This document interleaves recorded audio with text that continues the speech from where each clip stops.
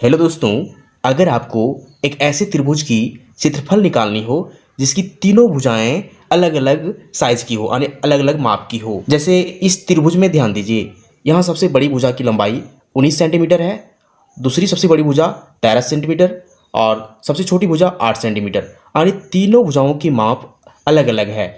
तो ऐसे त्रिभुज का क्षेत्रफल कैसे निकालते हैं? तो अगर आप नहीं जानते हैं और सीखना चाहते हैं तो इस वीडियो को पूरे अंत तक देखिए और ध्यान से देखिए। तो चलिए हम बताते हैं। तो क्षेत्रफल निकालने से पहले यह जानना जरूरी है कि यह किस प्रकार का त्रिभुज है।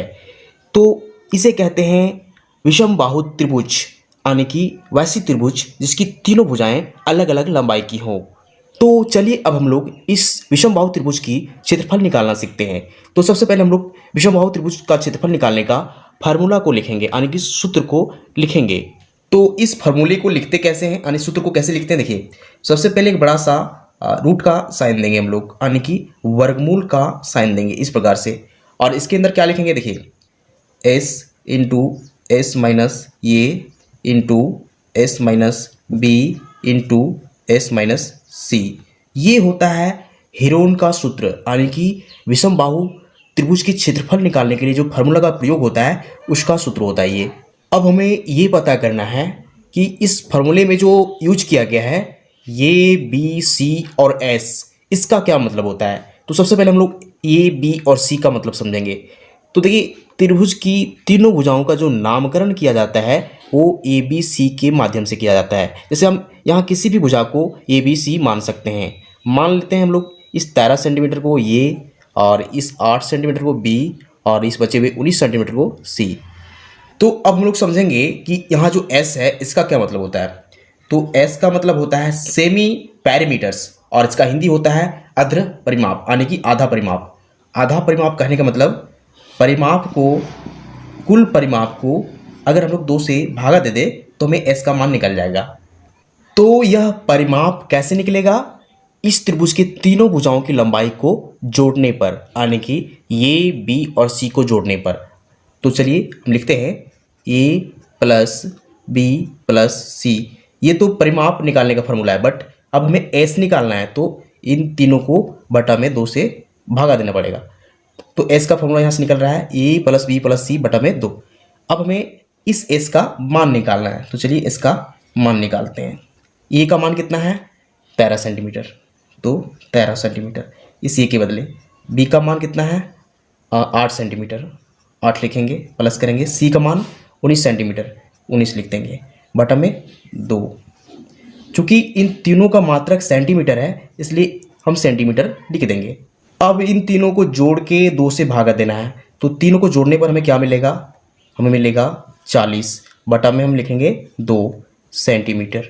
2 से अगर 40 को हम भाग देंगे तो हमें मिलेगा 20, यानी कि यहाँ से एस का जो मान आ रहा है वो 20 सेंटीमीटर आ रहा है। तो यहाँ से हमें एस का मान मिल चुका है और यहाँ देखिए ए बी सी का मान भी हमें पता चल गया है, ए बी और सी। तो इन चारों का मान इस फार्मूले में हम लोग बैठा देंगे और त्रिभुज का क्षेत्रफल निकाल लेंगे। तो हम क्या करेंगे, हम लिखेंगे त्रिभुज का क्षेत्रफल बराबर, और जैसे यहाँ रूट का साइन दिए थे बड़ा सा, सेम यहाँ रूट का साइन एक बड़ा सा दे देना है ताकि इसके अंदर सभी का मान आसानी से आ जाए। अब इन चारों का मान यहाँ हम बैठा देंगे। तो देखिए यहाँ फार्मूला में लिखा गया है S into S minus A S minus B S minus C. तो सबसे पहले यहाँ एस का मान लिखना है, एस का मान 20 है तो 20 लिख लेते हैं। अब अगला है एस माइनस ए, इंटू में करेंगे 20 माइनस ए का मान जो है 13, उसे माइनस में 13 लिख देंगे। फिर करना है एस माइनस बी, यानी कि 20 में से घटाना है हमें बी का मान 8। अब अगला है एस माइनस सी, तो एस में यानी कि 20 में से घटाएंगे हम लोग सी का मान 19, तो ये हो चुका है। अब एक चीज़ ध्यान में रखना है कि चारों का मात्रक देखिए यहाँ सेंटीमीटर सेंटीमीटर सेंटीमीटर सेंटीमीटर, यानी कि 4 सेंटीमीटर हैं। अगर हम 4 सेंटीमीटर को आपस में गुना करेंगे तो हमें मिलेगा सेंटीमीटर का पावर 4। अब हमें क्या करना है, इन सभी को गुना करके इसका वर्गमूल निकालना है। तो चलिए सबसे पहले इसे कैलकुलेट करते हैं, यानी कि गुना करते हैं।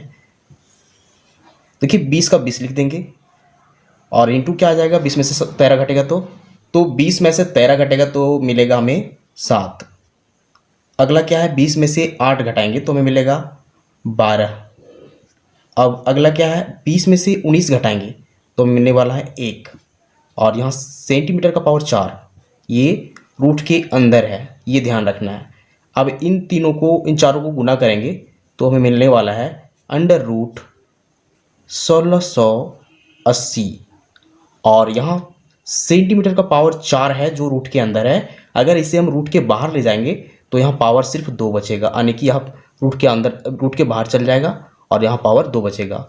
तो अब हमें 1680 का वर्गमूल निकालना है। तो इसका जो वर्गमूल आएगा वो आएगा 40.98।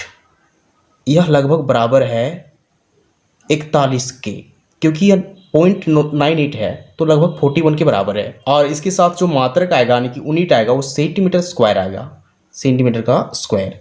तो यहाँ से हमें त्रिभुज का क्षेत्रफल जो निकल रहा है वो 41 सेंटीमीटर स्क्वायर, आप तो कह सकते हैं 40.98 सेंटीमीटर स्क्वायर।